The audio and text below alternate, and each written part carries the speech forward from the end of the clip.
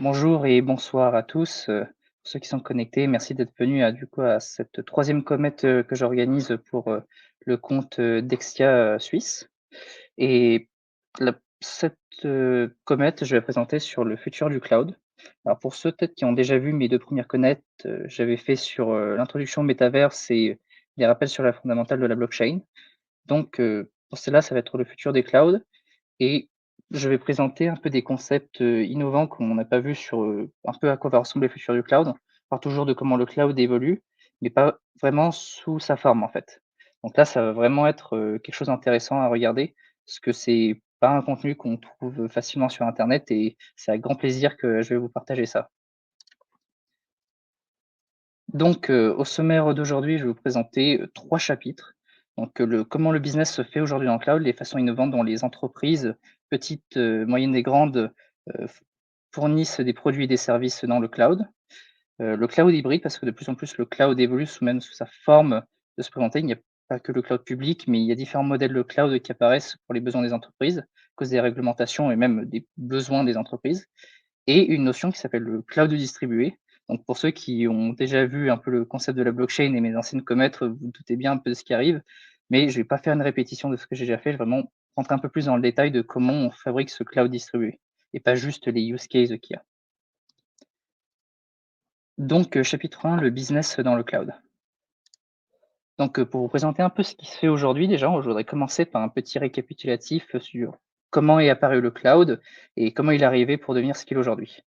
Donc, dans les années 1999, c'est là qu'on a vu l'apparition du premier logiciel, de grande envergure, sous forme de software as a service. Ça veut dire qu'une entreprise comme Salesforce a livré un logiciel de CRM, de Customer Relationship Management, pour offrir des services de vente et de gestion de clientèle à ses clients et par, les voies de l'internet. Au lieu qu'on installe le logiciel manuellement sur des serveurs que l'on possède. On avait juste besoin de se connecter avec un navigateur web ou une simple connexion internet et on pouvait interagir avec, des services d'informatique. Donc c'était la première innovation d'utiliser en fait, des serveurs et de pas les installer chez le client, mais, de les avoir chez nous en tant que vendeur de solutions. Donc, ensuite Amazon, qui faisait, au départ que de l'e-commerce dans la période, de la bulle dot-com, s'est tourné vers la vente du cloud avec ses premiers services, dont les premiers étaient des services de message queuing et des services de stockage de données. Et ensuite, en 2008, Google s'est aussi lancé dans cette aventure et en 2009 aussi, Microsoft, s'est aussi lancé dans cette aventure. Puis, 2011 aussi, IBM a rejoint et petit à petit toutes les grandes GAFAM, aujourd'hui qui sont dominantes dans le domaine de l'informatique et bah, excusez-moi, j'ai une petite interruption là, au niveau.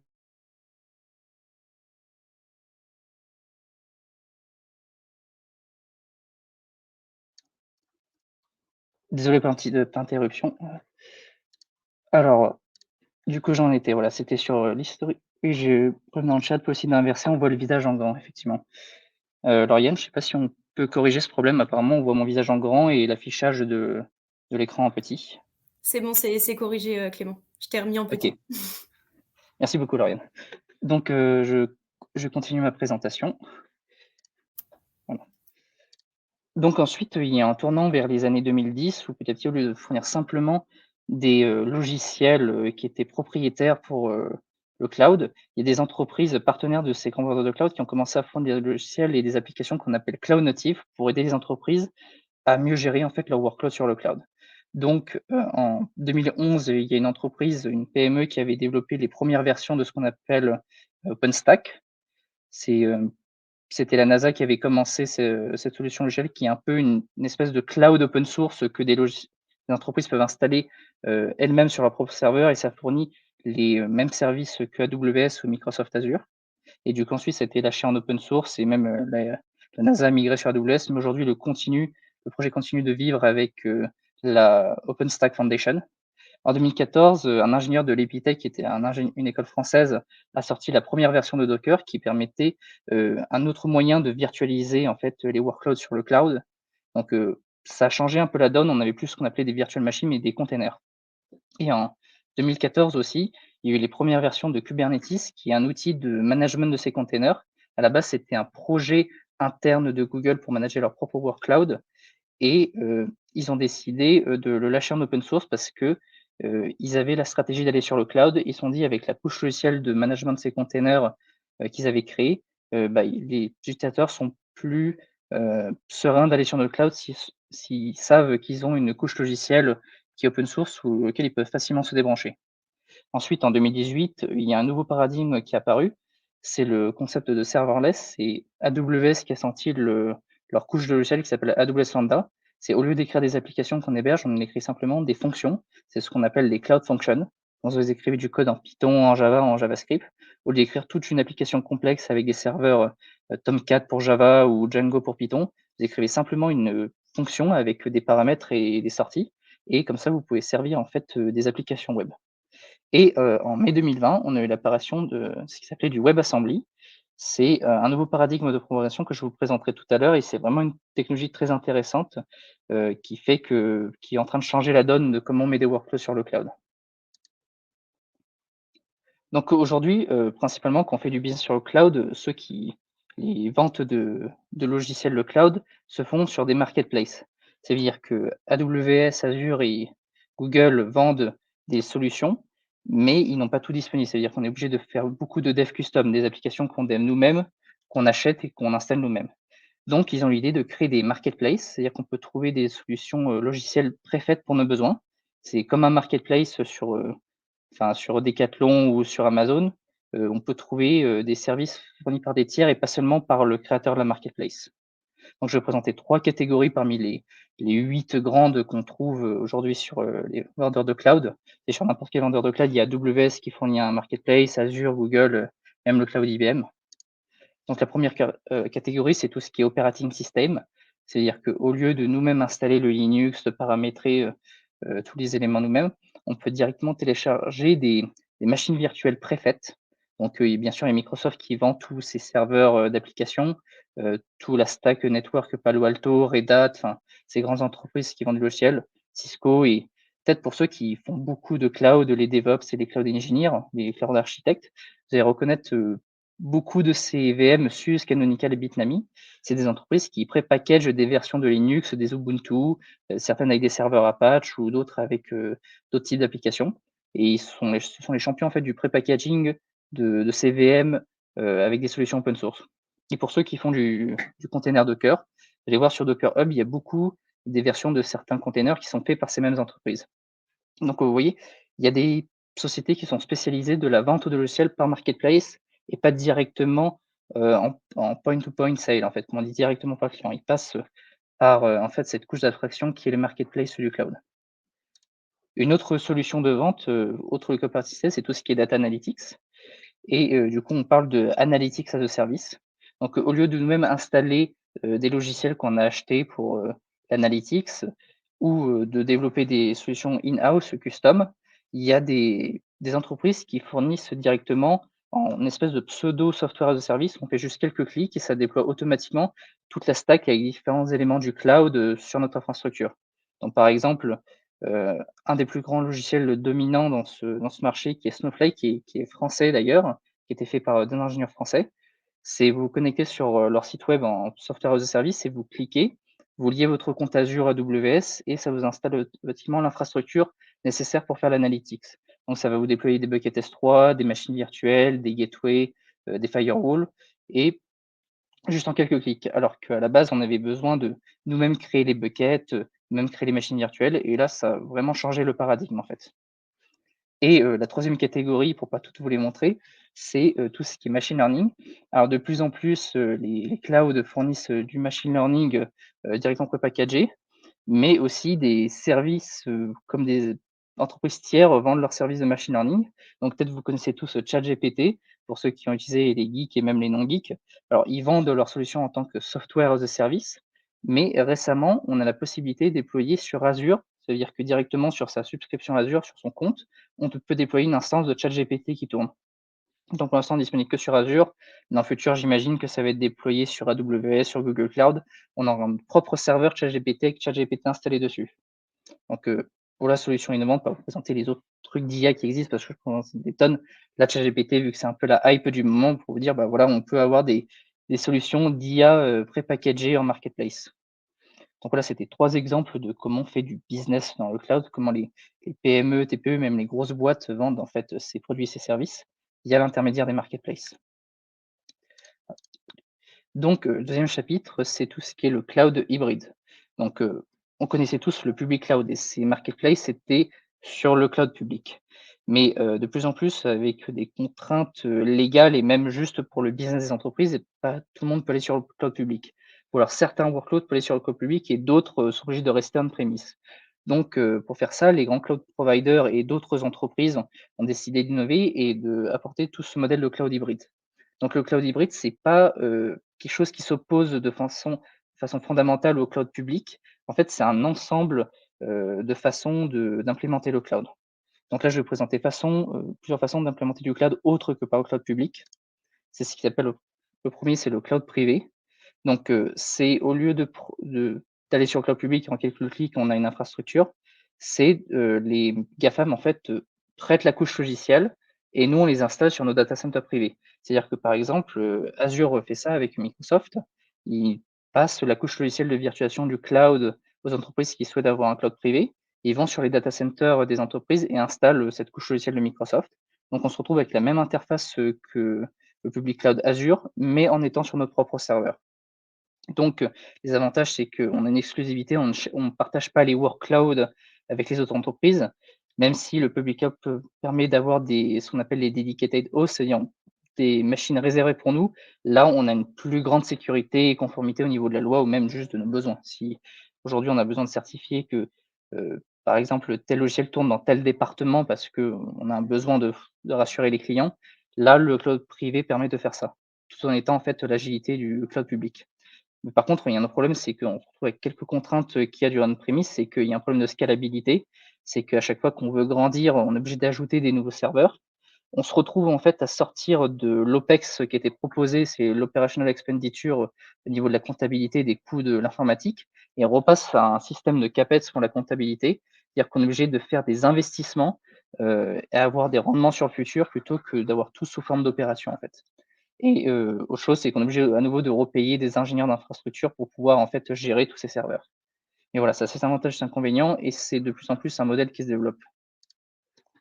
Donc, en cloud privé, il y a AWS par exemple avec, le de AWS Outpost. C'est AWS n'est pas très, confortable de partager directement sa couche logicielle. Ils préfèrent, donner directement un rack de serveurs. Alors là, je vous ai montré un gros, mais il y en a aussi des plus petits où ils installent chez eux. Alors que par exemple, IBM et Azure, viennent avec leur couche logicielle et les installent comme s'ils nous vendaient des serveurs, Windows ou i2s. Et on a aussi le leader du cloud open source qui s'appelle Red Hat OpenShift. C'est, l'entreprise Red Hat, c'est une des plus grandes entreprises qui font, de l'argent avec de l'open source. C'est eux qui développent plein de licences Linux, dont le Linux Red Hat. Et ils ont une surcouche de cloud qui s'appelle Red Hat OpenShift pour faire tout ce qui est container, virtualisation de VM et du coup, c'est une solution de cloud privé open source. Alors, même si c'est Red Hat a été racheté par IBM en 2018, donc là, j'ai préféré ségréguer entre 2 fournisseurs de cloud, mais en général, vous allez aller voir IBM pour acheter du Red Hat aujourd'hui. Donc aussi une autre approche du cloud, c'est l'approche multi-cloud pour les entreprises, parce que de plus en plus, on ne va pas que sur un autre cloud public, on va sur plusieurs clouds publics et même pas que sur plusieurs clouds publics, on peut avoir une partie des workloads qui sont on-premise, sur vraiment des on-premise serveurs et pas du cloud privé. On va avoir aussi du cloud privé ou même hébergé chez quelqu'un d'autre. Donc de plus en plus, il y a des entreprises qui ont développé des solutions pour gérer cette, gouvernance multi-cloud et pour vous présenter le sujet du multi-cloud, je vous montrais juste le champion de cette vente de couches logicielles pour la gouvernance multi-cloud, c'est HashiCorp. Donc j'imagine que vous connaissez HashiCorp pour, Terraform. Terraform, c'est de l'infrastructure as code. Au lieu de faire des clics avec la souris ou des JSON pour AWS avec CloudFormation, vous écrivez un langage universel pour faire votre infrastructure cloud. Mais ils font pas en fait que ce logiciel, ils ont plein d'autres logiciels de gouvernance. Des consuls pour tout ce qui est, networking et pour les geeks qui s'appelle Service Discovery. Packer en fait pour les machines image, c'est-à-dire vos machines virtuelles, vous les prépackagez dans un fichier, sous forme de machine image. Vous avez, Nomad, je me rappelle plus c'est pourquoi. Vault, c'est pour la gouvernance au niveau des secrets, vos clés privées et vos mots de passe, pour les API. Et Bandari, c'est au niveau pour se connecter dans les machines et pour faire du management de machines, centralisé, avec, du multi-cloud. Et si je me rappelle, Nomad, en fait, c'est un concurrent à Kubernetes. C'est, permet un management de cloud virtualisé, de la virtualisation qui petit à petit en train de grapper du terrain à Kubernetes. Donc ça, c'était pour le multi-cloud. Ensuite, il y a ce qu'on appelle le edge computing, c'est que le cloud, c'est bien, les data centers aussi, c'est bien, mais il y a dans certains cas d'usage qu'on ne peut pas tout centraliser dans des data centers publics comme ceux d'AWS ou Azure, ou même des data centers d'entreprise. C'est que des fois, on est obligé d'avoir les workloads très proches de là où il y a le métier. Et parce que des fois, il y a les latences ou la bande passante, elle n'est pas suffisante, voire même il n'y a pas du tout internet. Par exemple, dans certains endroits en Chine, je me rappelle parce que j'avais travaillé avec ça, on déployait des solutions dans des usines où il n'y avait pas d'internet, en fait. Donc en fait, il y avait des mini clouds privés et là, on parle, en fait, quand ils sont tout petits, c'est pas des grands data centers, c'est du edge computing. C'est qu'il y a des edge devices, des petits ordinateurs où il y a les mêmes couches logicielles. Il y a des mini Kubernetes, des mini Docker, des mini, VMware qui sont installés et du coup, on a une espèce de mini cloud qui tourne localement pour pouvoir fournir les mêmes services que qu'on a sur le cloud public. Donc, des fois, ça vient par réglementation parce qu'il faut des trucs qui soient air gap ou même des fois, c'est juste la topologie du terrain, de l'entreprise, de là où on est installé qui fait qu'on ne peut pas avoir. Donc, les entreprises de plus en plus approchent le fait d'avoir du edge computing et sont de plus en plus confortables d'avoir ce genre de business model. Et une autre dimension, vu que vous voyez, il y a du edge computing, il y a du multi-cloud, il y a du cloud privé, il y a toujours du on-premise et du cloud public. On a beaucoup de sources de données et il y a aussi la notion de data mesh qui apparaît. Donc avant, on avait l'approche d'avoir un énorme data warehouse, c'est-à-dire qu'un énorme stock de données centralisé parce que warehouse, ça veut dire entrepôt en français. Donc on avait l'idée de tout stocker pour la gouvernance en endroit centralisé, mais en fait, on s'est rendu compte que cette approche, elle a échoué. Donc de plus en plus, on essaye d'avoir une gouvernance de la donnée qui est décentralisée, d'avoir un énorme entrepôt de données. En fait, on a plusieurs petits endroits connectés, plusieurs petites bases de données. Et du coup, on essaye d'avoir ce qu'on appelle un service mesh ou un data mesh. Pour ceux qui ont fait un peu de Kubernetes, le data mesh, c'est qu'il y a un service mesh, au lieu que ce soit des microservices, c'est pour en fait les sources de données. Et donc, vous pouvez avoir en fait toute votre BI, ce qu'on appelle le OLAP, Online Analytical Processing, sur un seul data warehouse, vous avez sur plein de petits éléments. Et du coup, cette approche, elle est vraiment arrivée parce que de plus en plus, les entreprises ont une quantité de données qui est exponentielle et tout stocker dans un data warehouse, c'était vraiment plus possible. Donc, de plus en plus, pour faire une analyse de la donnée et de l'event-driven decision, en fait, bah, les entreprises approchent avec le data mesh. Donc aussi, je vous ai présenté sur, la timeline, une première partie, l'apparition des clouds, et ensuite en deuxième partie sur la timeline, l'apparition de solutions open source.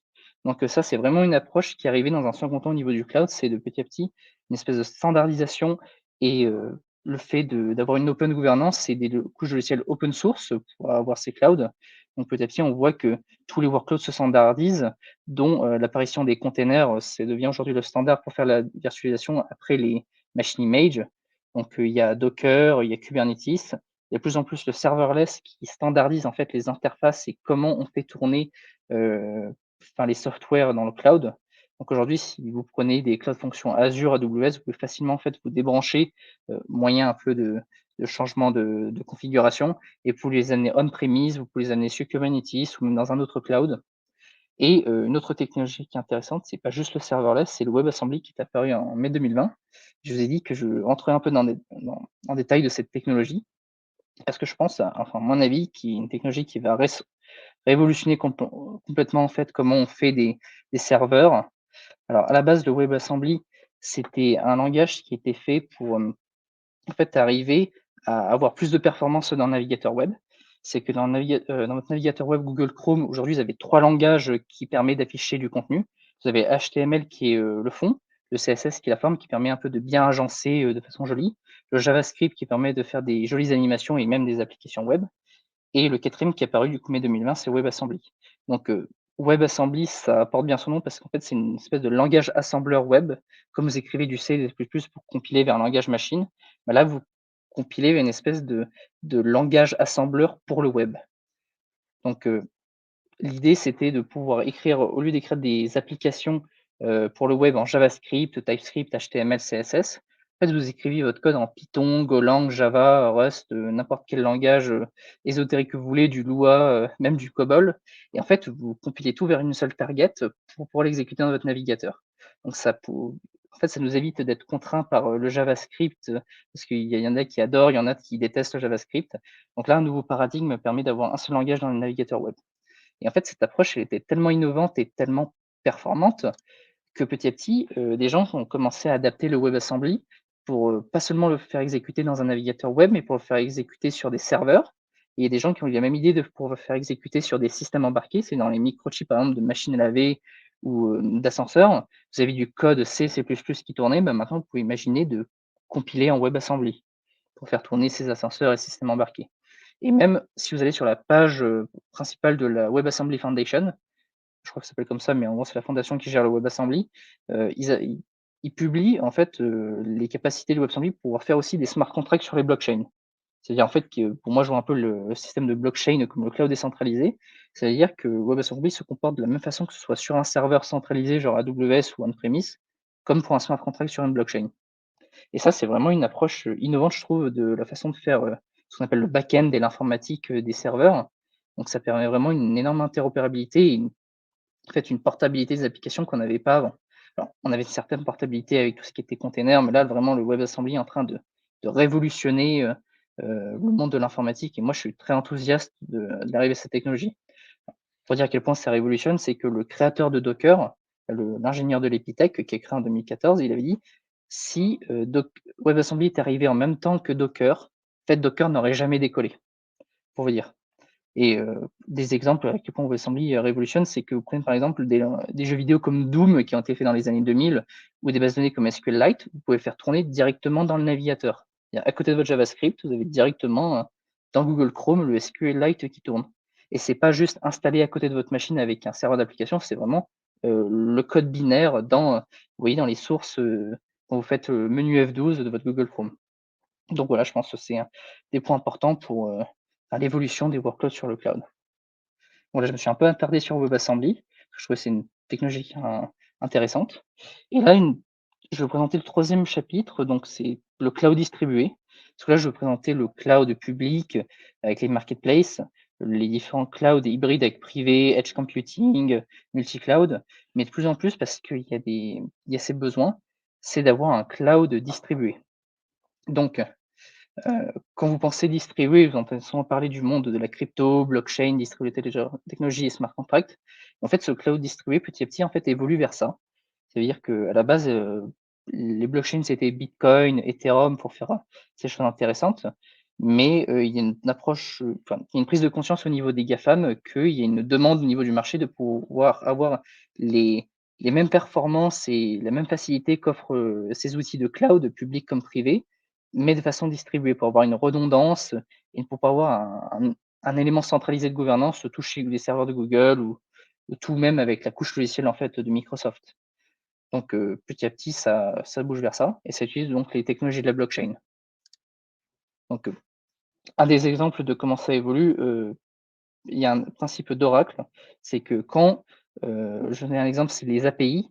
Vous avez fait des API REST, GraphQL ou même, enfin d'autres types de formats, c'est un point centralisé que vous allez appeler. Dans le système d'un cloud distribué, en fait, vous n'allez pas appeler un point centralisé, vous allez appeler une notion d'oracle. Vous allez solliciter un événement sur la blockchain et en fait, c'est un ensemble d'oracles qui vont faire la compétition pour essayer de trouver, votre source de données. En fait, c'est vous émettez un appel d'offres et vous le jetez comme événement sur la blockchain et en fait, des workers à l'extérieur de la blockchain vont se battre les uns les autres pour faire une agrégation de données off-chain, donc en dehors de la blockchain et ensuite vous servir la donnée. Donc, comment ça marche? C'est, vous pouvez avoir plusieurs sources de données, des données pour la météo, des données pour le marché, même des systèmes de back-end comme SAP ou Salesforce et même d'autres blockchains. Donc, voilà par exemple comment ça évolue le système d'API, de façon décentralisée. Au lieu d'avoir un serveur Node.js avec une interface API REST, là vous émettez un événement et du coup tout, ce réseau d'Oracle décentralisé va venir, se battre pour servir la donnée. Un autre exemple, parce que sur la blockchain, pour, pas répéter un peu ce que j'ai dit dans l'ancienne comète avec les smart contracts, on ne peut pas mettre des langages comme Python, JavaScript ou même Java. Pourtant, on a des applications qui existent et qui sont intéressantes quand on n'a pas envie de jeter, on n'a pas envie de tout reconstruire sur un smart contract. Et de 2 aussi parce que ça coûte très cher, de faire tout ce qu'on fait aujourd'hui sur des serveurs centralisés sur la blockchain. Parce que la décentralisation, c'est très intéressante, mais aussi c'est un coût. Donc, de plus en plus, on voit l'apparition en fait de cloud fonctions décentralisées ou du serverless décentralisé. C'est-à-dire que ça utilise le même principe, que des oracles qui se battent pour fournir, les données que vous avez demandées. Là, ils vont se battre pour essayer d'exécuter votre Cloud Function off-chain. Je vais vous donner un exemple, si vous avez besoin de faire un traitement de l'image et que vous avez développé un algorithme en JavaScript pour faire de la stéganographie ou même juste pour faire des mèmes où vous voulez superposer deux images, mais vous voulez faire de façon décentralisée, vous ne pouvez pas directement le faire dans un smart contract Ethereum. Parce qu'en fait, vous allez payer le prix de votre maison en frais de transaction pour une seule image. Donc, le but, c'est juste d'émettre via le smart contract un événement sur la blockchain et en fait, des cloud functions, du coup, qui sont écrits en JavaScript, en .NET, en ce que vous voulez, qui, vont tenter de se battre pour essayer d'exécuter, en fait, votre puissance de calcul que vous avez demandé, avec les éléments d'entrée, les éléments en sortie. Donc, voilà, c'est un peu le même principe. Pour montrer un petit schéma d'architecture, là, c'est pas pour expliquer en détail, c'est pour, dire le smart contract émet un événement.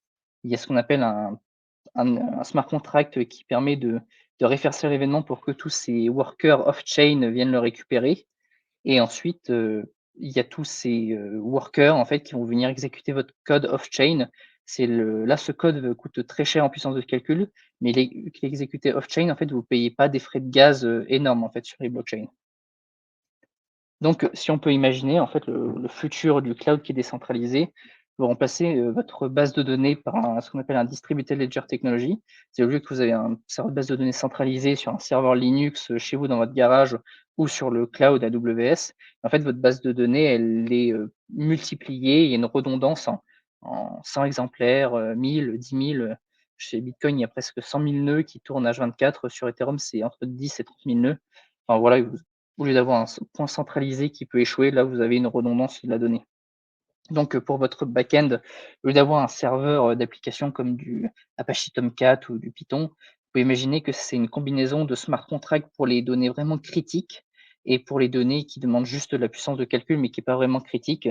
Donc, il y aura tout ce système en fait, des fonctions décentralisées. Et du coup, pour le service d'API qui permet d'avoir une grande interopérabilité entre les business, au lieu d'avoir du coup des API REST GraphQL, vous avez ce système d'Oracle qui viennent se battre en fait pour agréger, vous servir la donnée que vous avez demandé. Une API, c'est un serveur, il vous sert de la donnée que vous avez fait une requête HTTP, vous avez fait une requête pour avoir quelque chose. Là, les oracles vont venir se battre. Donc, c'est un peu comme ça que va se faire ce cloud décentralisé en utilisant principalement la technologie de la blockchain. Et du coup, aujourd'hui, les GAFAM commencent beaucoup à s'intéresser à cette technologie. Pour dire même, là, je mentionne beaucoup le mot Chainlink pour les oracles, parce qu'aujourd'hui, c'est le leader en fait de système d'oracle pour les cloud functions et pour, les API décentralisées. Et Google investit beaucoup et un des leaders de l'entreprise Chainlink, c'est Eric Schmidt, un des premiers investisseurs de Google et je crois qu'il est même, si je dis pas de bêtises, il était chairman de Google et enfin voilà, il est dedans si vous voulez écouter ce que dit, Eric Schmidt quand il présente les possibilités, des oracles et des cloud functions décentralisées, c'est l'endroit à aller voir. Donc là, je vous ai présenté un peu la partie logicielle de ce cloud décentralisé. Là, c'est deuxième partie du chapitre 3, c'est plus orienté pour les geeks, les gens techniques, mais j'ai quand même essayé de faire de façon digeste pour que les personnes non techniques puissent, me suivre. Donc, là, je vais présenter plus la partie hardware et infrastructure de comment se fait ce cloud décentralisé, parce que ça a déjà été vu et revu de comment on fait du cloud public. On sait que c'est des data centers, il y a de l'alimentation, il y a de l'énergie, c'est la même chose pour les serveurs centralisés, mais comment on fait de façon décentralisée? Alors vous imaginez, il y a du hardware, mais c'est quelque chose de plus différent parce qu'il y a une notion de consensus.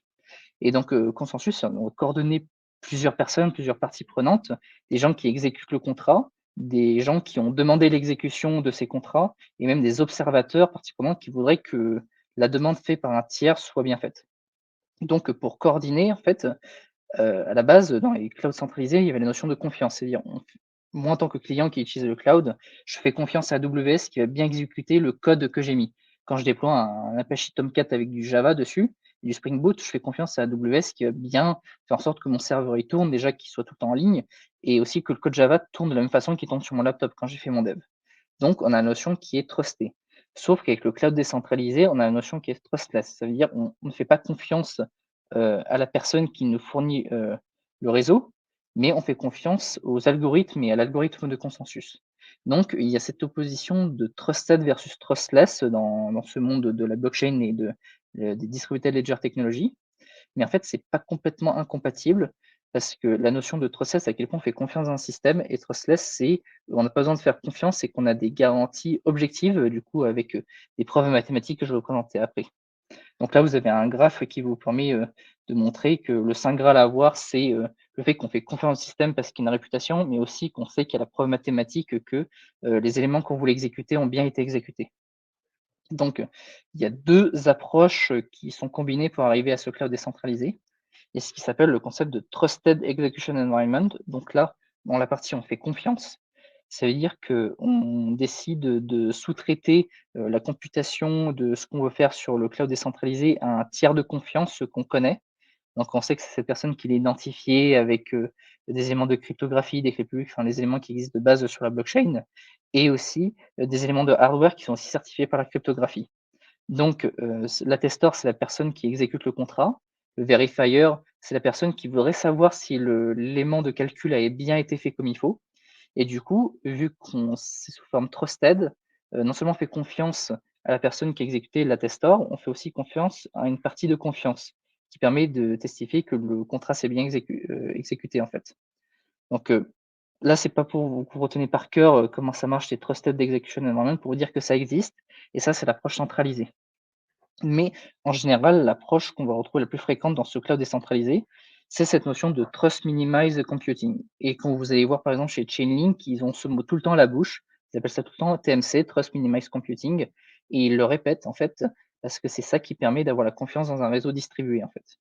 Donc, le but, c'est vraiment, d'avoir un minimum syndical avec la cryptographie et avec des notions d'environnement d'exécution isolé avec des sécu enclaves. Je vais détailler un peu comment ça marche en fait cette, notion parce que c'est une notion assez complexe et pour vous dire qu'on fait ce cloud décentralisé, vraiment les 2 notions sont pas, nécessairement mutuellement exclusives, mais elles ont tendance à être, radicalement, l'une de l'autre.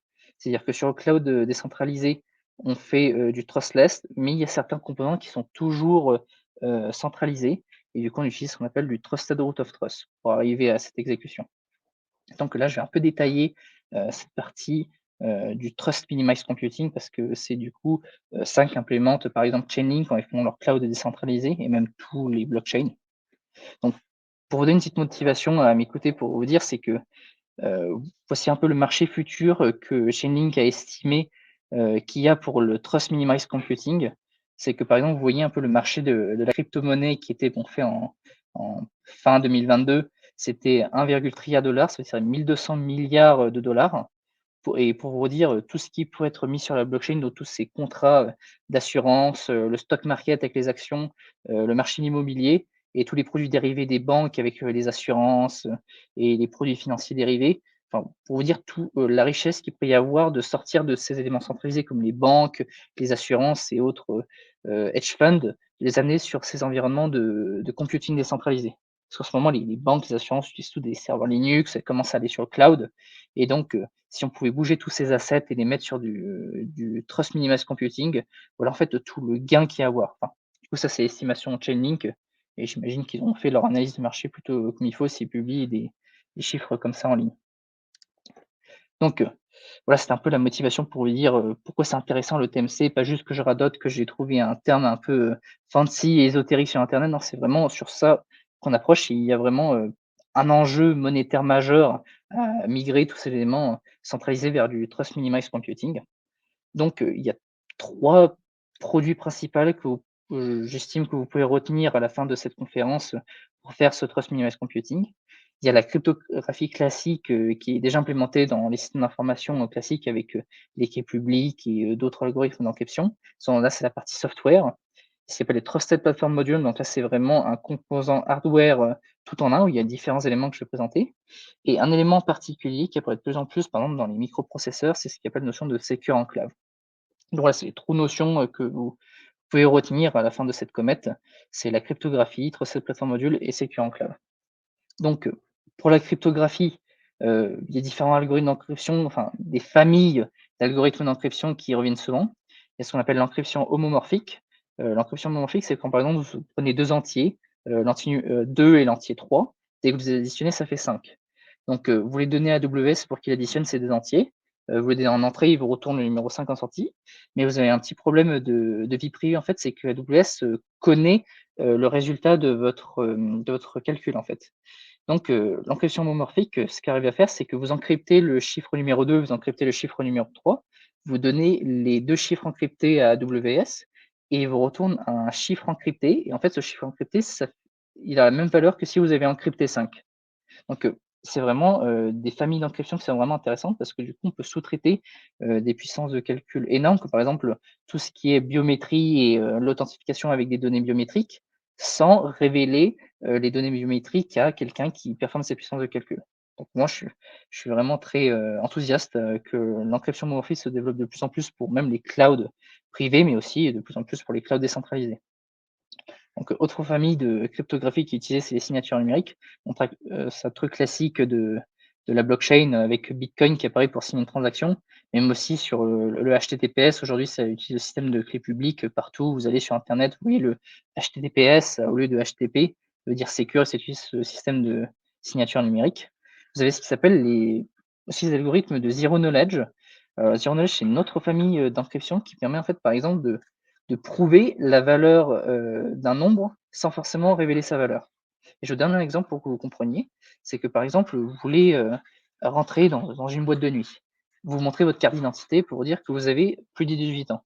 Donc, le videur qui, vous accueille, en fait, vous lui montrez, il voit votre âge, il voit votre nom, votre prénom et plein d'autres choses.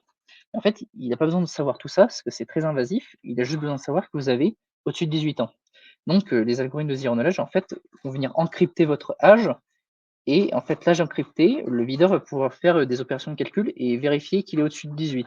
C'est tout. C'est-à-dire qu'il ne peut pas connaître la valeur de votre âge, mais il sait que c'est au-dessus de 18 parce que l'encryption fait que, il a juste besoin de savoir cette valeur. Donc, vraiment intéressant pour, avoir en fait des systèmes numériques, performants, sécurisés et qui respectent la vie privée, des personnes. Et aussi la notion, quatrième grande famille s'appelle la multi-party computation. C'est par exemple quand vous voyez une transaction sur Bitcoin, sur Ether, vous signez avec une seule clé privée. Mais par exemple, vous voulez faire en sorte qu'il faut 2 clés privées ou 3 ou même 10 pour arriver à envoyer une transaction et du coup, ça veut dire qu'il y a 10 personnes qui doivent signer le message pour envoyer la transaction. Donc là, c'est la quatrième grande famille, d'algorithmes de cryptographie qui sont utilisés, donc ça, c'est d'un point de vue software et du coup, les gens chez Chainlink et Eric Schmidt, ils parlent beaucoup de ce qu'on appelle la cryptographic truth, c'est-à-dire la vérité cryptographique et le cloud décentralisé permet en fait de vérifier que tout est bien exécuté comme il faut parce qu'à la fin, on a une preuve, par la cryptographie que tout s'est déroulé correctement. Voilà. Donc, pour le trust minimized computing, on n'a pas besoin de faire confiance en fait au cloud ou au hardware ou à la personne, à l'entreprise qui va exécuter notre calcul. On a juste besoin d'avoir le résultat et c'est ce qu'on appelle la cryptographie de truth. Donc, le deuxième élément du trust minimized computing, c'est tout ce qui est trusted platform module. Alors, comme ça, on dirait un grand mot pour des gens qui ont un très gros cerveau et qui veulent faire semblant d'être intelligents. Mais en fait, non, c'est pas quelque chose qui est ésotérique. C'est qu'aujourd'hui, dans tous les ordinateurs, vous achetez un MacBook, vous achetez une carte mère Asus, pour les gamers ou vous achetez un smartphone. Aujourd'hui, il y a déjà tous ces éléments de trusted module platform. Donc vous avez des éléments, par exemple, pour vérifier que votre, operating system, par exemple, votre Windows sur votre machine n'a pas été modifié par un acteur, qui est malicieux ou votre BIOS ou même ce qu'on appelle le firmware, c'est le petit logiciel embarqué. Et aujourd'hui, sur, tous les laptops, vous avez, ce genre de platform integrity measurement. Donc, pour ceux qui ont des MacBooks et des Windows, il y a ça. Il y a aussi des notions de secure boot pour vérifier que non seulement le logiciel qui dort sur, la carte mère est valide, mais au moment où il s'exécute, quand il est injecté dans ce qui s'appelle la mémoire vive, et bah, là, il n'a pas été modifié. C'est-à-dire qu'il y a une deuxième vérification qui s'appelle le secure boot qui vérifie qu'il n'y a pas des éléments malicieux qui sont injectés au moment du démarrage. 3e élément, c'est le key management, donc la gestion des clés privées. Pour les gens qui connaissent un peu bien Bitcoin, vous achetez par exemple sur, des plateformes centralisées comme Binance ou Coinbase et anciennement, FTX, pour ceux qui ont suivi ce qui se passait, tout était centralisé dans un exchange. Pour ceux qui voulaient avoir, une sécurité que leur Bitcoin était bien chez eux, ils achetaient ce qui s'appelait un hardware module. C'est une espèce de petite clé qui permet de gérer en fait sa clé privée sur Bitcoin et aujourd'hui, les hardware, possède ces enclaves pour arriver à stocker ses clés privées de façon sécurisée, mais aussi pour signer toutes ces transactions. Heu, non seulement il y a tout ce qui est Trésor, Ledger, mais même aujourd'hui des processeurs comme les MacBook, les Intel, ont ce genre d'éléments dans leur carte, en fait. Et le dernier élément, ça s'appelle la zéroisation, c'est-à-dire qu'une fois que vous avez fait tous ces éléments de calcul qui sont intéressants, Ça c'est bien d'effacer l'historique, heu, pour recommencer le travail pour un nouveau client. Parce que des fois, quand vous faites des puissances de calcul, il y a des restes des opérations qui sont dans la mémoire et souvent les hackers, ils exploitent ça. Ils essayent heu, de se connecter sur un serveur, de façon malicieuse et de débaucher ce qu'il y a dans la mémoire du serveur qui était fait sur une opération précédente et comme ça, il peut récupérer les mots de passe, les credentials, les clés privées. Donc, tous ces éléments de zéroisation sur cette plateforme module permettent de vérifier bien qu'on efface bien la mémoire, du coup de ces, données, qui sont sensibles et qu'on n'aimerait pas qu'ils restent après l'opération. Le troisième élément qu'il y a à connaître un peu pour ce cloud décentralisé, le Trusted Minimized Computing, c'est un élément spécifique du hardware qui est petit, mais qui est très, très important. Ça s'appelle les enclaves sécurisées. Donc les enclaves sécurisées, c'est vraiment un élément, dans la chip qui est dédié à faire du computing de façon privée et aujourd'hui, dans n'importe quelle, puce, par exemple, Apple, vous avez, aujourd'hui des sécu enclaves ou même sur votre Apple Watch et comme par exemple, moi j'ai je sais pas si vous voyez à la caméra, j'ai un Google Pixel et c'est un Pixel 6 et dedans, il y a la chip Titan M2 et dedans, il y a cette notion de Secure Enclave pour faire du computing privé. C'est-à-dire que même aujourd'hui, sur les nouveaux smartphones comme Apple ou Google, vous avez vraiment une possibilité de faire du computing de façon très privée. Donc il y a la même chose aussi sur les, hardware plus génériques comme, les processeurs ARM et les Intel. Et je vais vous montrer un exemple avec le Intel. Il y a la blockchain Avalanche qui fait en fait des bridges entre la blockchain Ethereum. Et pour arriver à faire de ces bridges, par exemple, on veut transférer des Ethers qui vivent sur la blockchain Ethereum sur la blockchain Avalanche et vice versa. On veut transférer des Avalanches sur la blockchain Ethereum. Pour arriver à faire ces bridges, il y a une connectivité qui se fait avec différents ordinateurs. Et tous ces ordinateurs, en fait, sont forcés de passer par l'Intel Secure SG Application. Ça veut dire la Secure Enclave de Intel permet d'avoir cette computation privée, au lieu qu'elle vive sur les 2 blockchains Avalanche et Ethereum, en fait, elle passe par ces 2 éléments et donc ça, il y a à peu près 8 entreprises qui fournissent des nœuds, qui passent par cette enclave sécurisée et c'est comme ça que, du coup, des Ethers peuvent vivre sur la blockchain Avalanche et vice versa. Là, c'est un des exemples qui montrait, mais il y a plein d'autres cas d'usage pour les enclaves. Donc voilà, c'était tout pour, cette partie de Trust Minimized Computing et du coup, la fin du chapitre 3. Donc je suis arrivé à la fin de ma présentation sur, un peu c'est le futur du cloud. On avait vu un peu l'historique, qu'est-ce qu'il est devenu avec l'apparition du cloud public, comment il évoluait avec les marketplaces, comment les PME et les grandes boîtes, les éditeurs de logiciels vendent directement leurs solutions là-dessus, Palo Alto, Cisco, Microsoft. On a vu le cloud hybride, donc toujours cette notion d'acteur centralisé, qui fournit, des différents modèles pour vendre leurs couches logicielles de cloud. Donc soit ils les installent directement chez vous avec, le cloud privé ou alors cette notion de gouvernance multi-cloud avec, le leader dans ce milieu qui est HashiCorp. Il y a une notion de edge computing où vraiment il y a des couches logicielles de cloud qui sont vraiment très minimes, qui sont mis dans des endroits où il y a très peu, voire pas du tout d'internet. Il y a le Cloud Honesty qui permet d'avoir une interopérabilité et d'éviter ce qu'on appelle le vendor locking et le futur de comment on fait des logiciels en cloud qui est le WebAssembly, je pense, qui est en train de tout révolutionner, ça va être quelque chose d'incroyable. Et la troisième partie, je vous ai présenté du coup le cloud distribué. Donc, en fait, c'est une continuité de ce qui se passe dans la blockchain et petit à petit, c'est, le monde du cloud qui s'intéresse de plus en plus à ce milieu. Donc, ça utilise tout ce qui est blockchain, DLT, on a vu la notion de trustless et la notion qui est vraiment la plus importante pour moi, quand on parle de pour les gens qui veulent travailler dans cette notion de cloud décentralisé, c'est le Trust Minimized Computing. Et vous allez voir les gens qui font, des blockchains, où il y a beaucoup de performance, ils ont des gros workloads, tous les ingénieurs et même les non-ingénieurs, les commerciaux ont ce mot à la bouche, Trust Minimized Computing. On avait vu qu'il y avait 3 éléments que je trouvais qui étaient importants, du coup, tout ce qui est au niveau de la cryptographie, au niveau logiciel, les Trusted Module Platform et la notion de Secure Enclave. Vraiment, je vais présenter ces 3 éléments parce qu'à chaque fois que vous étudiez ces clouds décentralisés, ces blockchains, c'est vraiment on retrouve ces 3 éléments qui reviennent, de façon, enfin, récurrente. Donc voilà, c'était tout pour moi. Je vous remercie de votre écoute et pour ceux qui sont, toujours là, qui ne sont pas déconnectés après cette, présentation qui était très, dense et bah, si vous avez des questions, c'est avec plaisir que je vais répondre à vos questions.